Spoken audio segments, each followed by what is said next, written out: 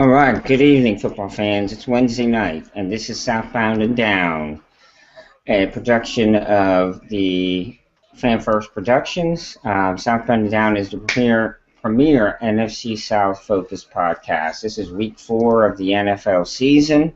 We are excited about going into our bye week as Panther fans and seeing what is in store for the rest of the NFC South. My name is Joe Riolano. I'm that freaking Puerto Rican. And I am here with some good friends tonight. We will start with Gene. Don't call me Thomas or I'll buck you up. Gene Thomas, he's actually repping the Bucks. He is a regular on the show. Gene, where can they reach you out on Twitter?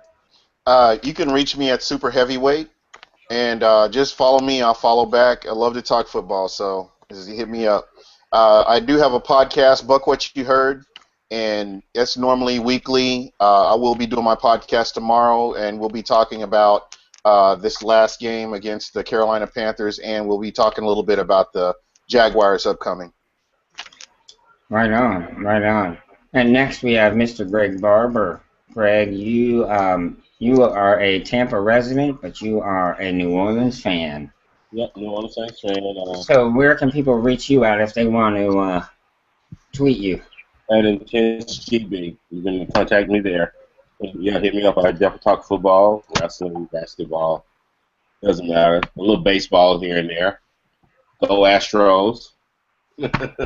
There's a fight actually going on right now in the Cubs-Pirates game. Yeah, because the Pirates are mad they're losing. Exactly. Next we have, repping the Atlanta Falcons, Mr. Scott Karasik. Scott, I know you're a busy man when it comes to the Falcons. You do all sorts of stuff. Where can people catch you out on Twitter? You can find me at Karasik PFS. I'm starting to get into my NFL draft research for the year. I'm going to be finishing up a Miles Jack scouting report at some point during the week because he declared, so that's going to be fun. Yeah, that's interesting. He tore his knee out, and he decided he's going to go pro, which is kind of a risky move, I think. But we'll get into that later. And tonight we have a special guest. He is, I'm sure you've seen him on the show before or the C3 podcast. He is hardcore Panthers as they come, Mr. T Money. Today it's a real pleasure having you on the show, my man. Tell everybody where they can reach you at. You can reach me on YouTube at Mr. T Money 1993. Also on Twitter at T Muhammad 23. As anybody knows, man, I'm always ready to talk football at any time, man. Yeah, he is. He's ready to talk football, and he talk college football, pro, NFC South, whatever. He's a football junkie, and that's why we want him on this show. We're a quarter way through the season. You know, that's really, if you think about it, how important each and every game is. We're 4 games in, and that's 25% of the season.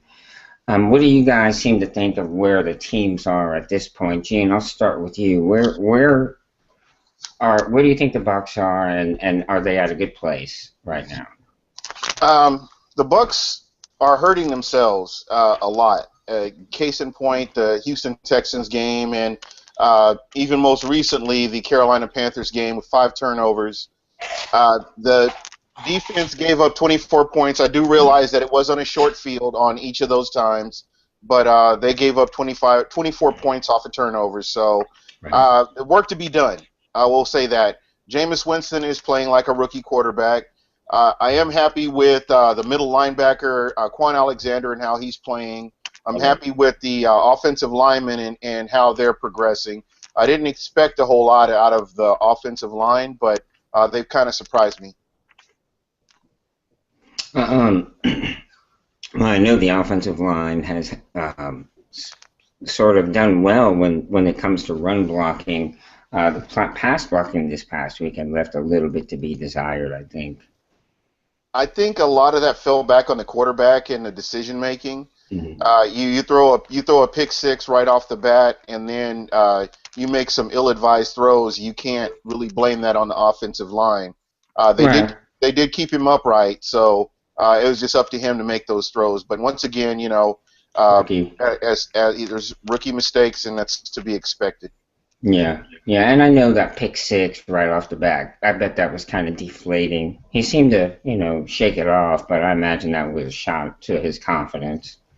Yeah, he had no idea. I guess he doesn't understand about how good this cornerback is. Yeah. And you gotta be accurate with your throws, and you gotta make good decisions. So, it's work in progress. We got rid of the kicker, which was another problem that we had over the past couple of weeks as well, missing chip shots and missing extra points as well. So that really hurt us. We did bring in former Buccaneer Connor Barth. We brought him back and re-signed him, and he is our kicker right now. So. Right. Hopefully, I don't expect a lot from him either, having not played for a while and been on the couch. So hopefully, we can get him back in there and he can make some kicks for us. Yeah, and that definitely was a point of emphasis, I think, because that was just bad. That was just flat out bad. Moving on to T-Money, I'll come over to you since we were dealing with the Bucs who played the Panthers. What did you think of the Panthers' performance there? They're 4-0. Some people say they're the worst 4-0, which is like being the tallest midget or something to that effect. So what do you think of their performance so far through this quarter of the season? Shortest giant, man. Shortest giant. You're 4-0, you're at the top of the pile. You're not at the bottom. Pretty much, I've been seeing, for the most part, what I expected. I'm not that surprised. I expected us to go 4-0, 3 at the worst. Right. With the schedule,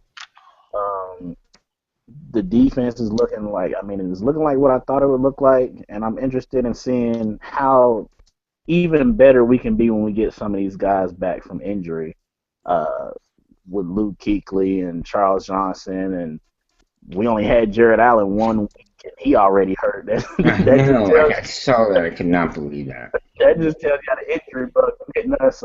Jericho Cotchery, some of these other guys, man, it'll be interesting to see how much better we can be once we get them back. Yeah, that would definitely help. I think Jericho Cotchery coming back will be something that Cam will appreciate. And what can you tell me about this Delaire fellow, the Fresh Prince of Delaire? He sort of came on out of nowhere and made an impact on the game for sure. Yeah, just his effort more than anything. He was making some athletic plays, but you could just see his want. And I don't know if it was because he was playing a team and cut him, or he liked that all the time. I'm interested in it. I'm excited, but I'm not like some people are. We lost you. Let me speak about Delaire real quick because I did a lot of scouting of him heading into the year. He looked excellent at his level of play, at his level of football at Division I AA up at Towson. He looked great. He was all effort, but he still is that plus athlete, and it shows. He just needed to have the right team with the right opportunity to stick, and he will stick eventually. Whether it's with the Panthers, whether it's with the Bucs, whether it's with somebody, but he's probably the best pure pass rusher that you have. The big knock on him is he's small and he sucks against the run. Right. He played at UMass, I think, initially, and then transferred to Towson because of playing, depth chart issues. T, are you back on?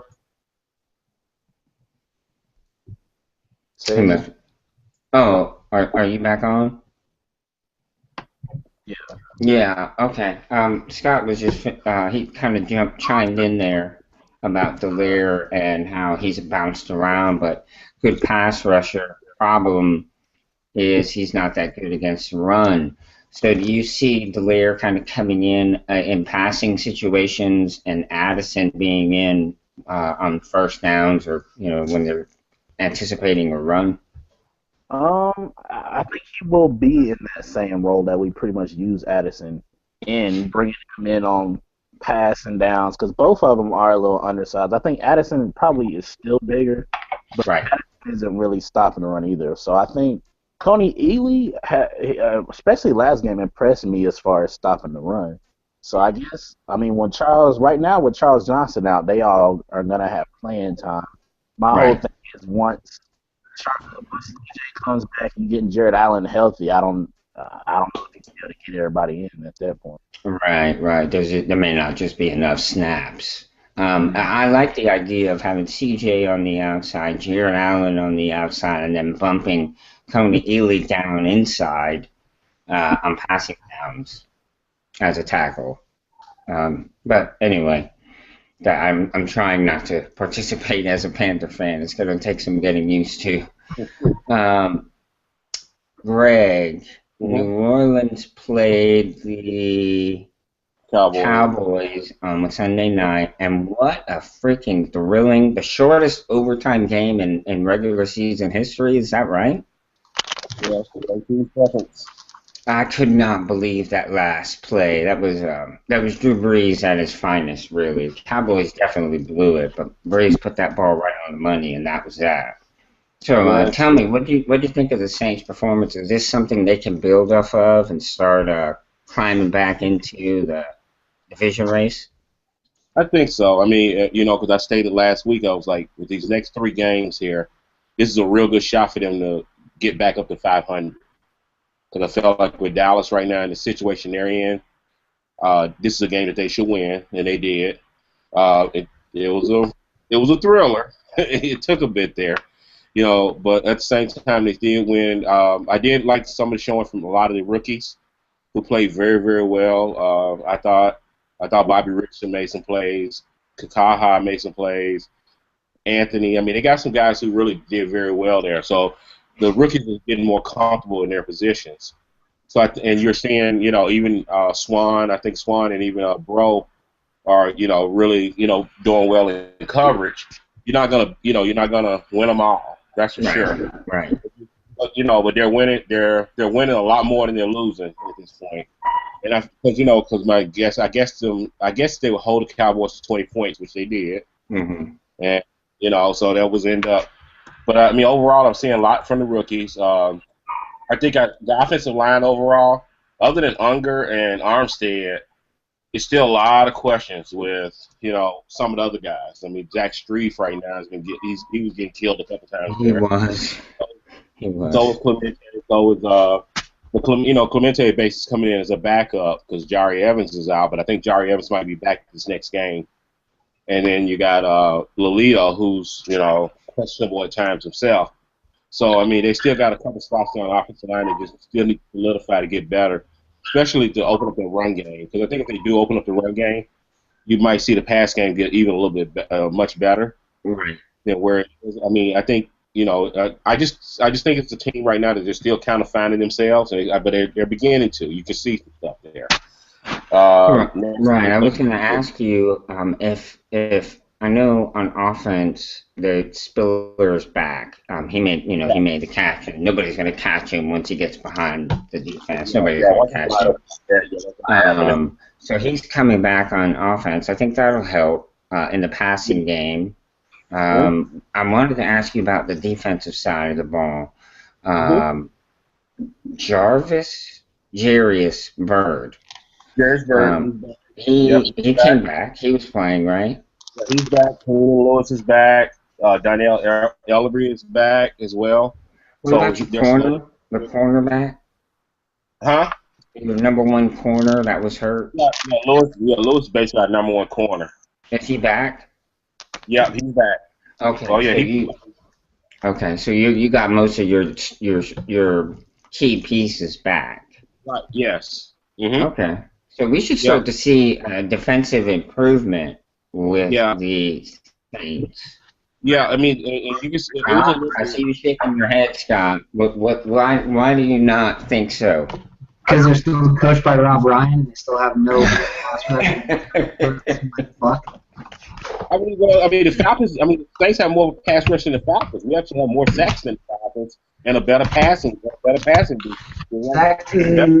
Pass rush isn't all about sacks.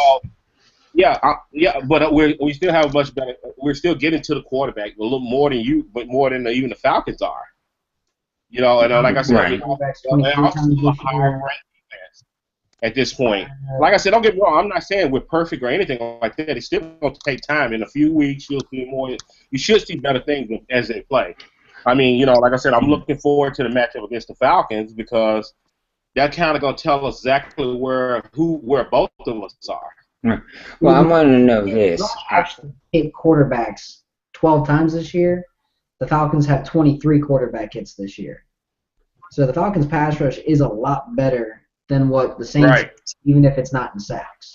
Right, and I will say that the pass rush is better than it was last year, because last year their pass rush was almost non-existent. But this year they do have one. Greg, to touch on kind of what Scott's saying, you guys got rid of Gillette at the beginning of the year or right at the beginning of the season, which I think was a good move anyway, because look what happened. He, I understand why you got rid of him. There was that video that surfaced, and then he ended up getting hurt and out for the year. Right. So who do you have? You have Jordan Cameron, something like that? Cameron Jordan. Yeah, he's an end. Taha, who's a rookie, but and we also have him, also Richardson, who's another pretty good lineman, who's been playing very well. So has we still need a little more. We definitely need more work in the middle. I mean, to get a little more better push in the middle. Mm-hmm. And like I said, still a lot of work in progress. Don't get me wrong. I'm not saying that we're there yet. We're not even close yet. I mean, but they're making inroads. It's definitely steady. It's definitely getting better than what it ever was before. With these guys coming back on the defensive side of the ball. My question. Go ahead, T. My question is: are y'all gonna play Lewis and that rookie together? For y'all's sake, I hope y'all are, or Lewis and Browner together. Because Browner looks, I don't know if he's hurt, I don't know what's going on, but he looks so slow this year. Mm-hmm. Browner. Go ahead, Greg. Yeah, Browner right now, no. I don't see Browner as the number 2. I do think it's going to be Bro. Yeah. I do think it's going to be the rookie Bro. And I think what they may do is do something like what Browner may cover tight ends or do something like that. They're going to find a role for him, I believe, because they're not going to bench him, but because he still can serve some. But if you get him past, I think he plays better closer to the line of scrimmage than he does. Because once he gets out there, he gets beat for a big play or something like that. It just, it was like, it was pretty much like clockwork. Last couple games, especially against Carolina, against Dallas, he got beat for big plays. Mm-hmm.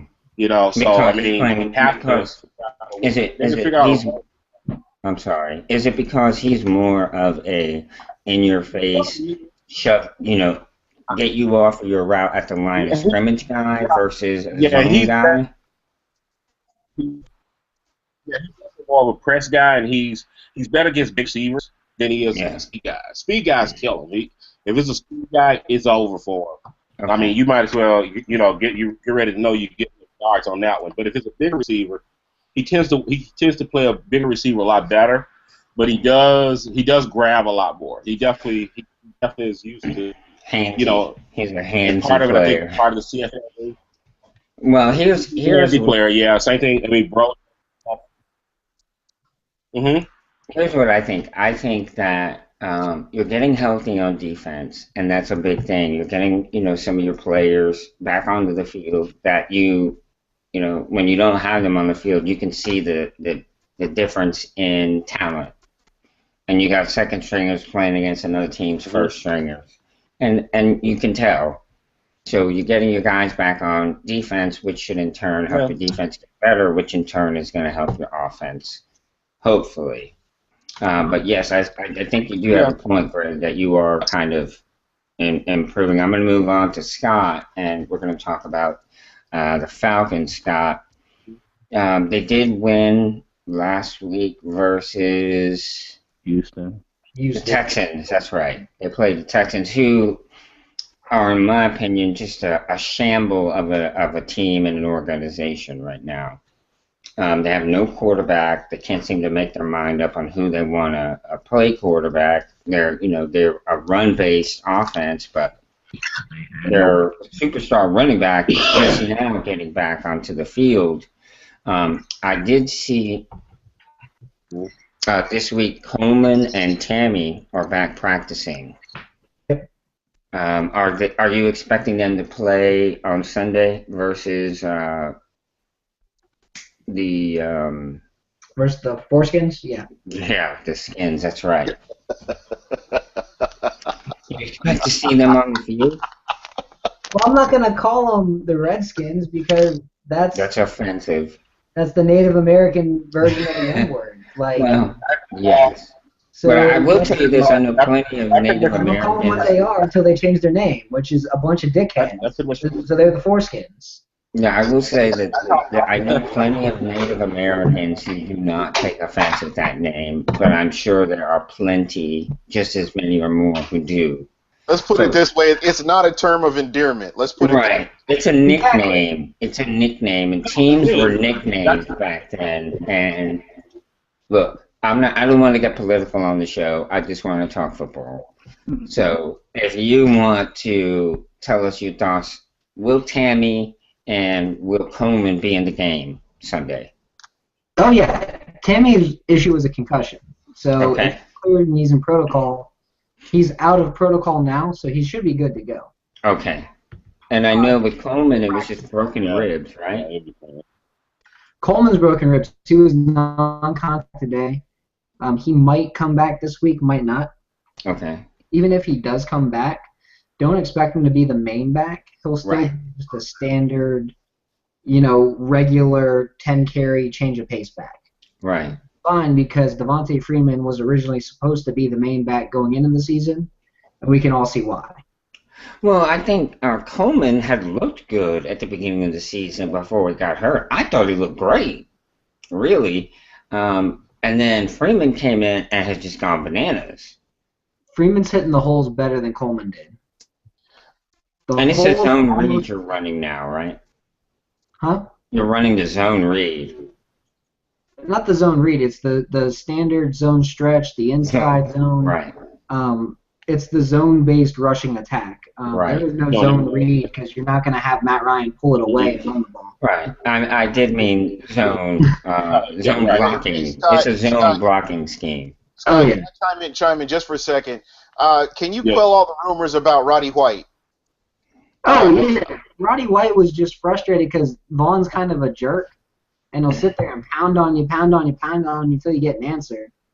So he was like, dude, I'm not a fan of blocking. I fucking hate blocking, but I've got to do it to help the team. I'd like to get more targets, but it's just not happening because I'm the third or fourth progression in this offense instead of the second. That's all it was. And then today he got an excuse from practice because he's in South Carolina where his family's houses are flooded, doing work on those houses, getting stuff in order over there. I was wondering where he's been at this season, frankly. I thought he was hurt. Or he was, I didn't know where he was. He seemed to be absent, from the offense. What do you think, Team Money? What do you think, Roddy White? Is he just past his prime, or is he still a viable option there? Hankerson seems to be doing a pretty good job. I don't think he's too old to play. I do think he's ruining my face. I think he is. Because when I watch Atlanta games, I've seen him getting open. I don't know. They may just be trying to kind of phase him out for Hankerson. Because it's not like, some people who don't watch the games, they're saying, oh, he's too old, he's not getting open. Mm-hmm. He gets open when I watch the Atlanta games. I don't know. He's just not throwing it to him. Scott, I know you have the answer. He's not the next. He's not the progression. He is getting open is what it is. So you'll have one is Julio pretty much 90% of the time. Yes. 2 is normally the tight end. 3 is normally the running back. And then it's Roddy. So it sucks because Roddy's the 4th or the 5th progression on pretty much every play. And if you look at any Shanahan offense, the wide receiver number 2 tends to get less yardage than the slot guy, pretty much every year. And the slot guy can be the tight end or third receiver. Is Yeah, there tight end is or the there slot. any kind of chemistry issue with him and Matt Ryan? Nah, man, they've been playing together for 9 years now. Right. And that's, you say that 9 years, Roddy is definitely on the back end of his career. And that, just his lack of numbers makes me wonder, is it age is catching up with him? Traded, he's gonna produce wherever he goes. Somebody suggested to me, I think they sent me an article on Facebook that said Roddy White or Vincent Jackson would do well in Carolina. Of course, I don't think it would happen because, it's inter-division, but they seem to think either one of those two would do well. Roddy is not even looking to leave the team. Sure. Put in a trade request. Like, that's all speculation on Jason LaCanfora's part. There's been people talk to him all week. He's like, why would I leave this team?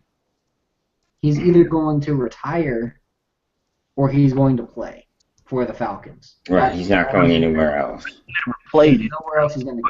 I wouldn't think he would go anywhere. Vincent Right. Jackson, maybe, because I've heard, throughout the years, every veteran receiver has had that they're going to New England at least twice. Sure. This season, I think He's one of the few favorite target. who I think he's really long for. I think he's Atlanta. You can't even imagine him in another uniform. And don't get me wrong. I mean, I'm not even a Roddy White fan. I can't imagine Roddy White playing for another team. I just think he is an Atlanta Falcon, and that's just who he is. Yeah. He's not going to. He's in a stretch towards the end of his career, just like every other receiver out there. Yeah. The last year or two is a Absolutely. lot less production. Mm. That's Oh, Right. I I mean, agree, we're though. the Saints are going to do that with Colston. It's the same type of deal.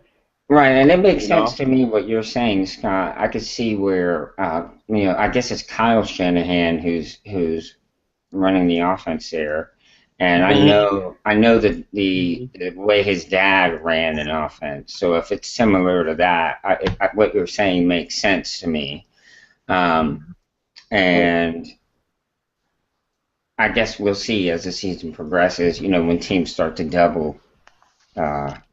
Julio, what happens? But I want to take a minute and say that Southbound and Down can be, if you're not able to watch it live, please catch it on iTunes or on YouTube.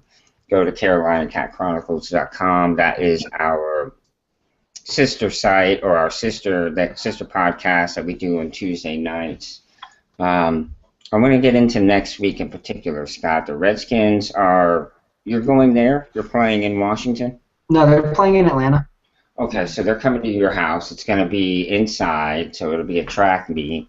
The Redskins are 2-2, but they've been playing well. They are the number one team in rushing on offense in the NFL, and they are 8th overall. Does this team worry you at all, Scott?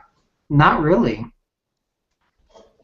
I mean, I should be. Their offensive line isn't really good at all. Their defensive line is banged up. They've got a lot of injuries all throughout. They don't have anybody who can slow down Julio Jones. I mean, Chris Culliver and Deshaun Golson, the last time they played Julio Jones together as a bracket, they allowed 220 yards and a pair of touchdowns. Wow. So, They lost D'Angelo Williams for the year too, didn't they? huh? They lost Washington lost D'Angelo Williams for the year, right? I think D'Angelo Hall, yeah. Huh? Yeah, D'Angelo Hall. Yeah, the They defensive lost back. Hall. So, I mean, I they've got don't know why I said Williams. D'Angelo Hall. who's all right, I guess. Right, but Shaw Breed. Yeah, but he's not going to mess with you, though. That Riley's defense. banged up. Kerrigan's banged up. Like, their defense is all banged up. Their They're offensive good, line though. just isn't good. Or they have been good. they've only been giving up 288 yards per game as on average, which is pretty low in the league standings. That's down there. They're one of the top You teams have in to look overall up yardage. yardage. In yardage. That is not a great way to rank anything, if we're being honest here. If Well, you I'm go just back and you look at who they played, yeah, St. Louis's offense isn't one of those offenses that clicks on all cylinders. New York's offense No, isn't one no, of those not offenses that clicks on all cylinders. Miami's offense sure as hell doesn't click No, on all no, cylinders. Miami is Their a offensive joke. line's a joke. Yeah, they're a joke. And then Philly doesn't have Yeah. a quarterback. Right, I No. agree. I So agree. they've yet to play a team that's had as complete of an offense as what the Falcons have. Right, my concern is this: are you going to be able to stop their running game? Because, like I said, they have the number one rushing attack in the NFL. I'm not as worried about it because Yeah. a lot of the big runs in the Dallas game skew the overall rushing stats for the Falcons.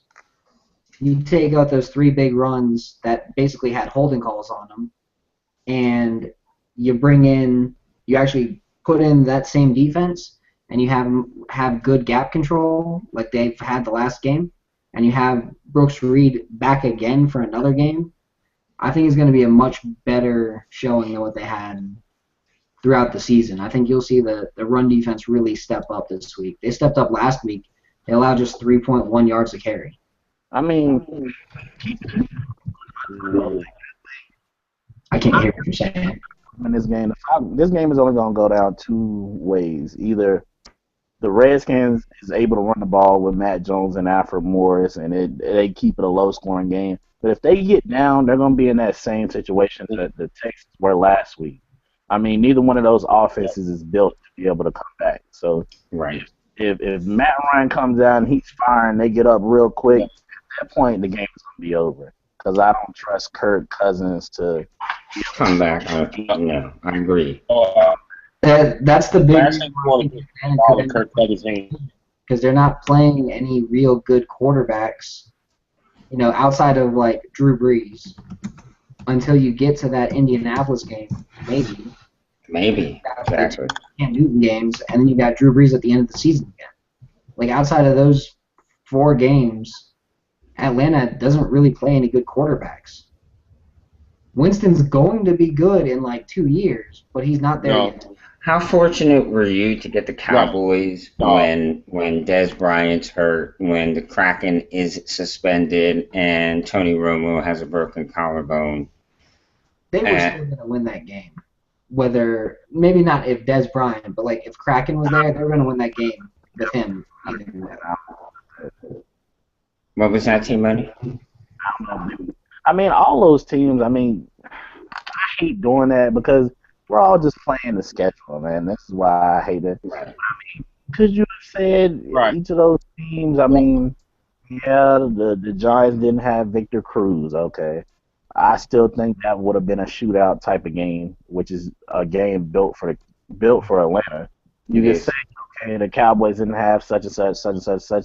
But we don't know how they're going to look with those guys because it's not like they played for the Cowboys. Like, Greg Hardy hasn't played with the Cowboys yet. Right, that being the one exception. I guess you didn't know with him, but we know Dez and Tony Romo. We know what they bring.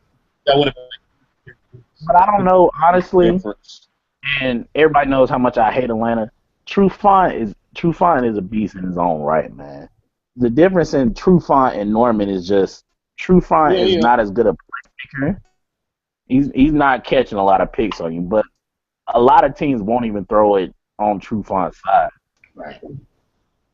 Right. And that's a good point. I guess if he's matching up with Dez, maybe they nullify each other, and then you go from there. But it is only the games that you're scheduled that you're able to play. Yes. We know the Redskins are next on the plate. Who comes? You got what's your Week 6 matchup, Scott? The Saints. So a division game. I don't think okay. So you have a legit shot at going 6-0. Off paper, as far as the schedule, you would really say Atlanta probably won't lose until they play us. Yeah, basically. I mean, Atlanta, if you look at the Falcons' schedule, those are the only two games that you're like, man, that's a hard match. No, that's no disrespect to anybody else in the NFC South. No disrespect. We're not trying to be disrespectful. I'm just saying, you go off of looking at paper. Now, right.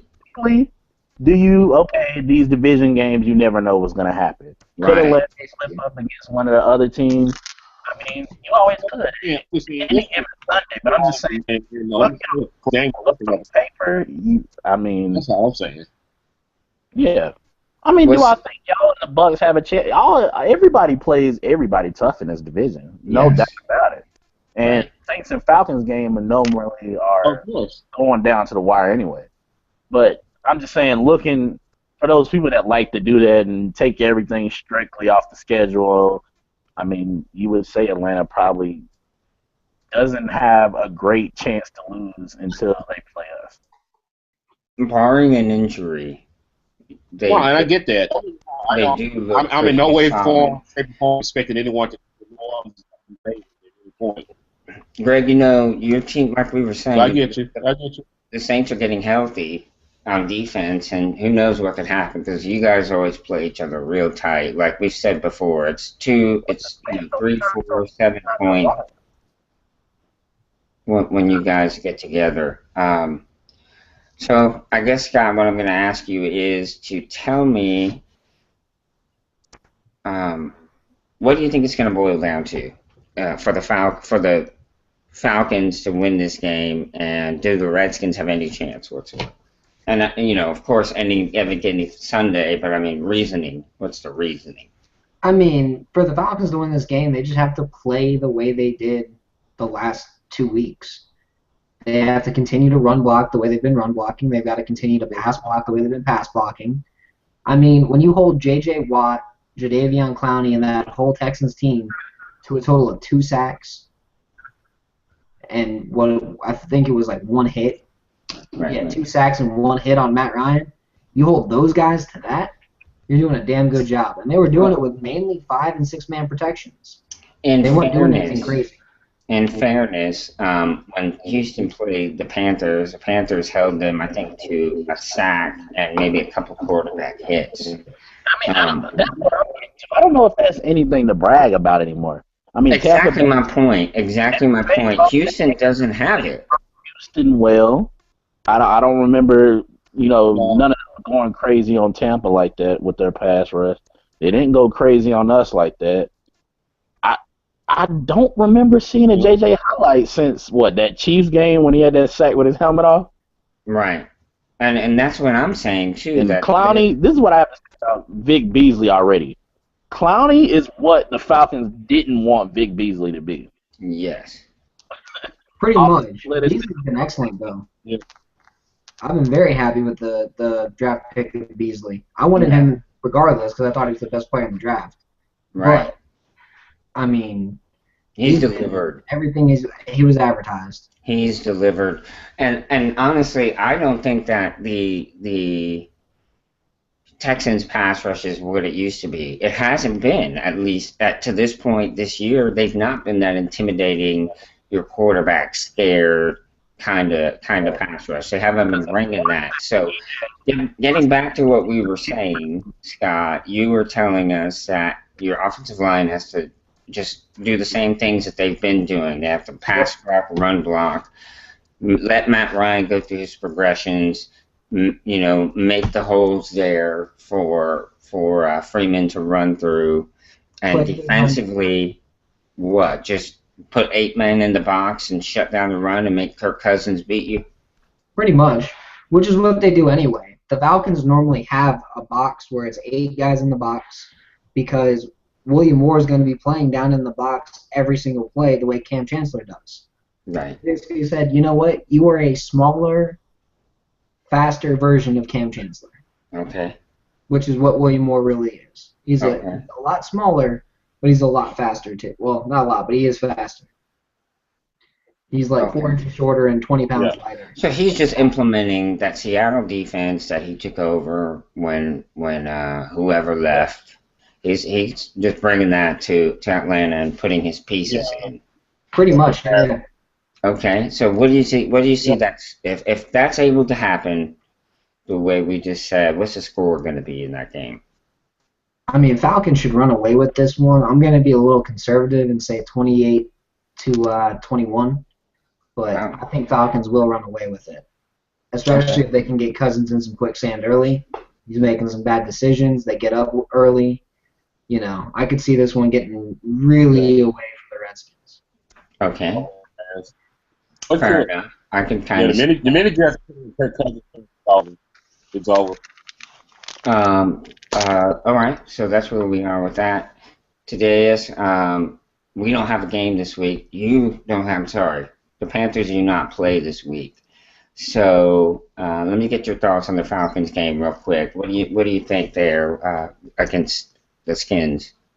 In my pick'em league, I'm gonna take Atlanta. If Atlanta, Sure. it's gonna be something big, like I don't know, 35-14. If Right. the Redskins, like I said, if they, I don't think it'll happen, but it could.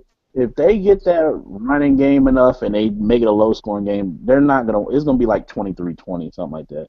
But I think, like I said, I think it'll pretty much go down like it did last week. Redskins get down quick, and at that point, you just letting Kirk Cousins be bad Kirk Cousins, and Atlanta wins big. Yeah, I think that's the case as well.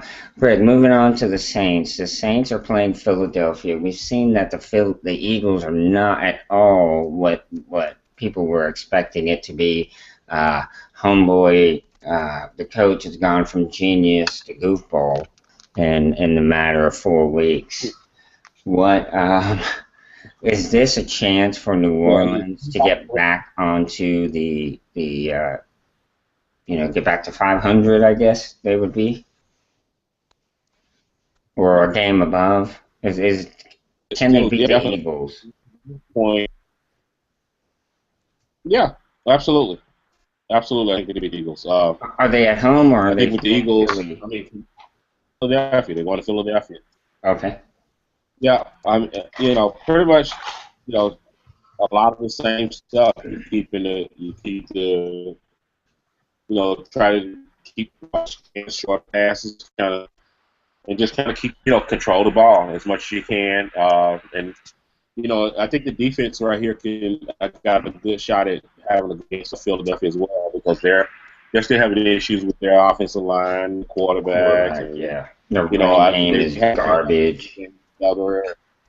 Yeah, right. Yeah, in the passing game, things like that. So I mean, I think Saints can pull this game out and win it. I don't think it'll be like an overtime nail biter. Who knows? But at the same time, I don't see Philadelphia running away with it, unless only other way it would do is unless New Orleans turns the ball over early or something like that really quickly and puts them on a short field or something like that. That's the only way it would happen. But as long as protect the ball and just play game, complimentary ball, and then they should be fine. And they should be able to win this game, because I know Philadelphia is not. They're definitely not this explosive team that they were even the last couple of years. With McCoy, They lost too many pieces. And, yeah. I agree with you. I think so. They lost a lot of pieces, right? Are we going to see more of Spiller? So it is. Huh? Are we going to? I think you will. Actually, you will see. I think you'll see a lot more Spiller. You'll see more of him, because I think he's just kind of bringing him in slowly. More and more, he's getting more and more touches each game. So, he started with just a few in Carolina, a few more getting the next game against Dallas. We saw what and he then can now, do with I think just you'll one see a lot more. touch. People that made that. Oh yeah, point like I said, huh? Go ahead, Made T. that play. What'd you say? People made that play about Spiller, but it was more about Breeze, I think. Breeze recognizing that it was a rookie linebacker, Right. and that you giving CJ Yeah. a chance to be the rookie linebacker. I mean, CJ Spiller did what he was supposed to do. He made a great play on the safety, but at that point, if you giving a running back a head start one-on-one with a safety, they're going to win most of the time. Mm-hmm. I just can never trust the Saints because it's Right. Yeah. a mental game. With Sean Payton and Rod Ryan always fighting, I just don't think the Saints are that mentally tough. Is why they always lose games that they shouldn't lose. I think you got a point there.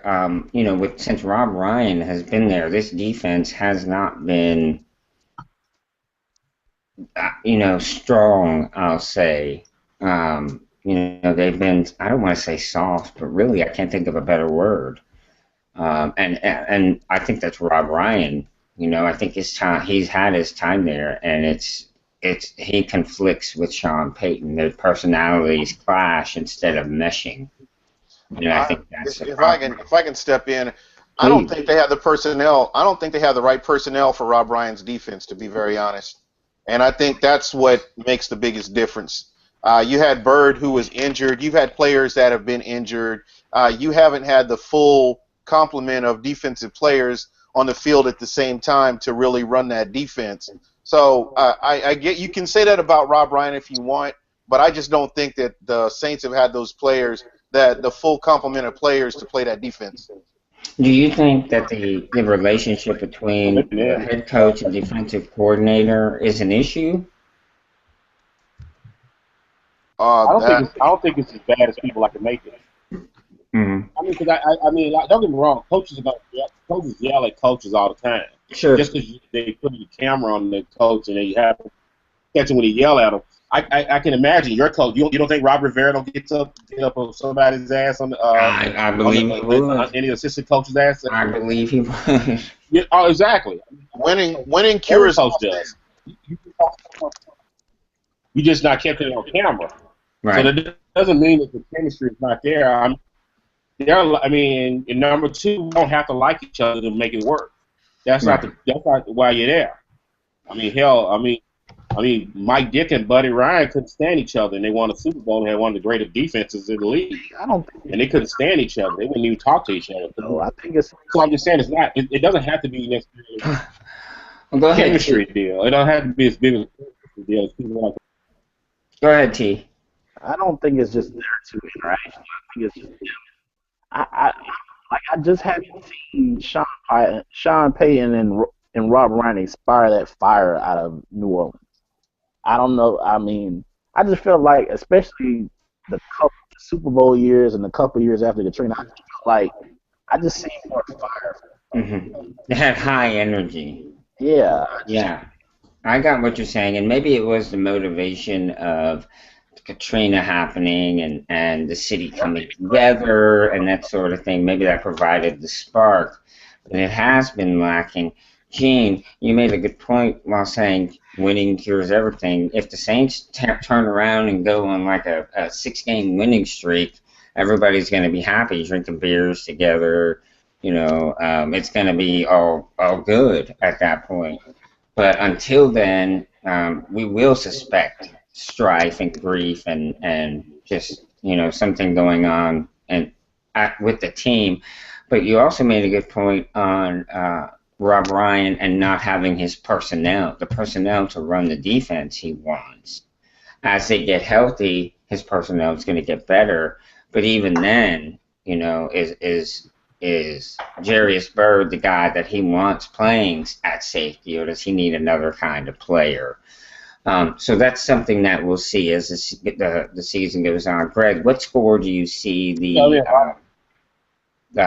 Saints Eagles game? What do you see that score being?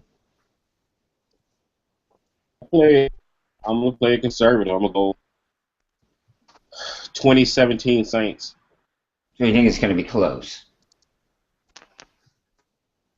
Yeah, partially because I think it's gonna be on the road. I think too, if New Orleans, the whole team of New Orleans they're not the same explosive teams, Right. and I think they're understanding that too. So they're gonna play to what they do have, that they can play a shorter game, run the ball, and that they can pretty much keep the Eagles off the field. So I think they're just gonna have to play a little more small ball and just kind of.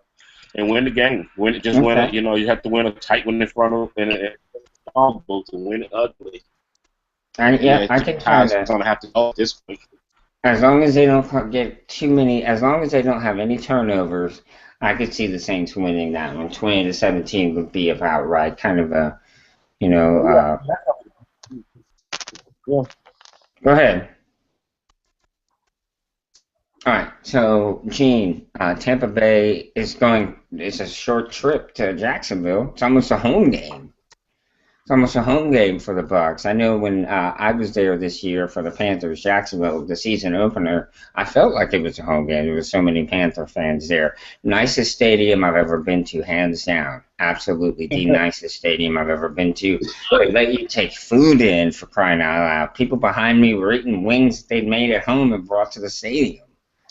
That's great. Nobody does that. No. So anyway, the nicest stadium I've ever been to. Tampa Bay is going to face Blake Bortles. Julius Thomas is practicing, no cast, but I don't think he's been cleared to play yet. So you may not have to worry about him. This is a good game for Tampa Bay, I think. It gives them a chance to, maybe try a few things out and see. Jacksonville's got a solid D. Their defense is solid, and the kid Hurd went off last week.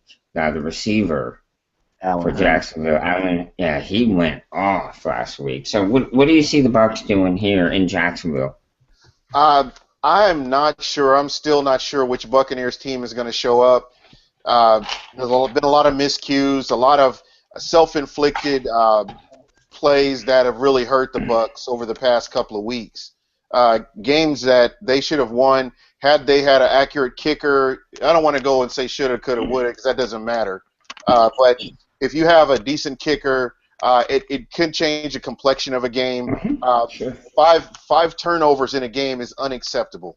I don't care. High school, varsity, junior varsity, it's unacceptable, and that has to change. The defense is. I'm just not sure with Gerald McCoy not being 100%, not getting pressure on the quarterback. It makes a world of difference, and you give any quarterback in the NFL time, they can pick you apart. So it remains to be seen which Buccaneers team is going to show up for this game. So I'm just not sure. I'm not sure. I know that every week they say we're working on things, we're trying to improve, and I have seen improvement. But at the end of the day, you have to put all that on the field and you have to make all that work. So I'm just not sure, what to expect from this Buccaneers team coming up this Sunday. We saw last when they played the Panthers, they didn't really go to Mike Evans that much. It was Vincent Jackson that had 147 yards. 11 catches for 150 yards, something crazy like that. Did they look Evans' way, or was Norman just all over him? Norman, I believe Norman had him covered. And Doug Martin, 107 yards. I know. So, and that brings me to this point. Thank you. You a great segue. The Bucs, if they're able to just run the ball, that seems to be one thing that they are able to do consistently. Why do they even, get away from that? Why don't they give it to Doug Martin and Sims and Rainey right between them like 35 times? That's just play calling. Charles Sims has kind of stepped up. I think he scored against Houston. So he's somebody, he just added facet. I know I've mentioned him a few times on the show. He's starting to progress a little bit, and I'm kind of surprised. I didn't expect a whole lot from him this season, but he's really stepped up.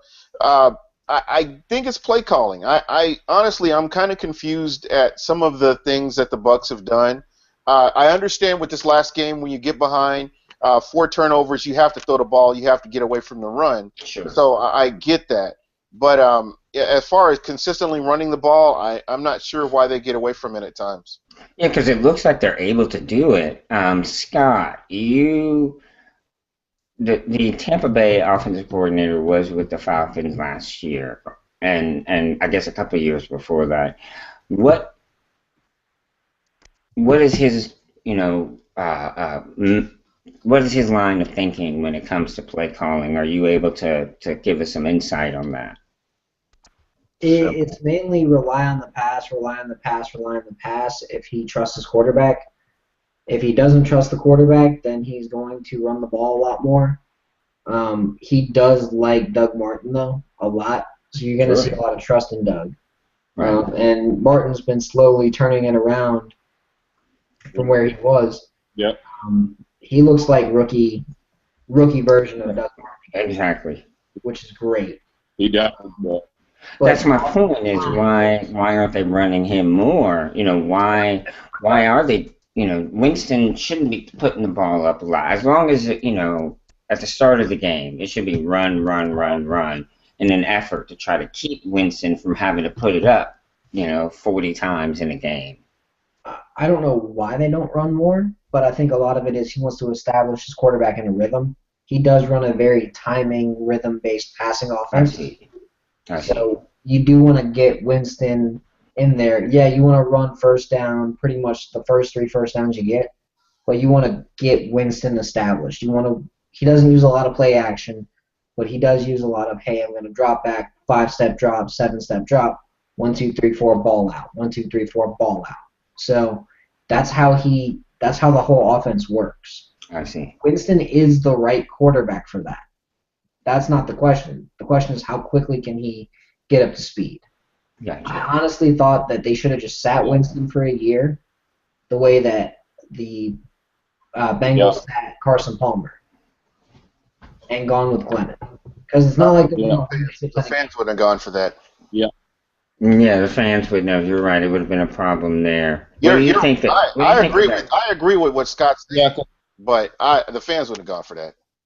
Oh, I agree too. What do you think, T? Do you think they should have? because sitting. Do you think they should have sacked Jameis and played Glennon? Because Glennon actually didn't look bad when he played last year. Glennon, I feel bad for Glennon. Glennon needs to force them to trade him. There's so many teams he could start for right now. He could probably start on the Browns right now. He could start on the Texans for sure. For sure. I think what they're doing to him, just holding on to him, is jacked up. But I disagree. I think Tampa has been running the ball. I think Dirk Cutter's play calling is kind of simple. He runs on first, he runs on second. That's why they had over 100 yards. They were still running the ball in the third and fourth quarter. Mm-hmm. So I disagree with the sense of they're not running Doug Martin enough. Okay. I just think it comes down to Winston's decision making, Winston's accuracy. Because even when we wasn't getting to him, he was missing on some. Like that second Josh Norman pick, as good as Josh Norman is, he threw it right to him. Like him and Jackson had some space.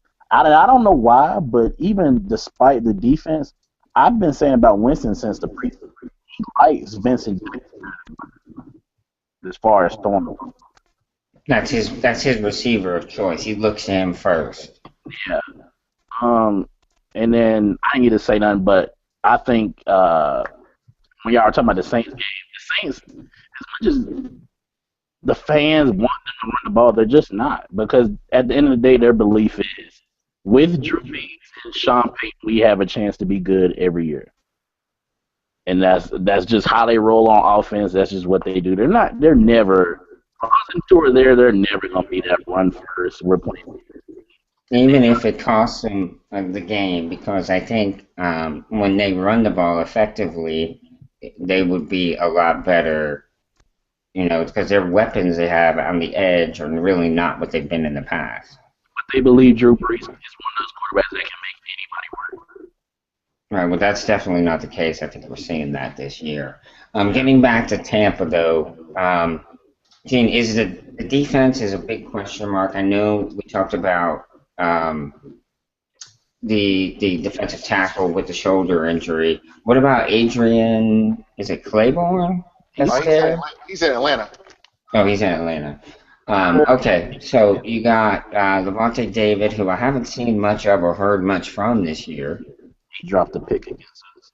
No. Yeah, he's been missing tackles. I don't know what's the deal is with him either. It seems like he's missing tackles and he's missing on some plays, but it's still early in the season.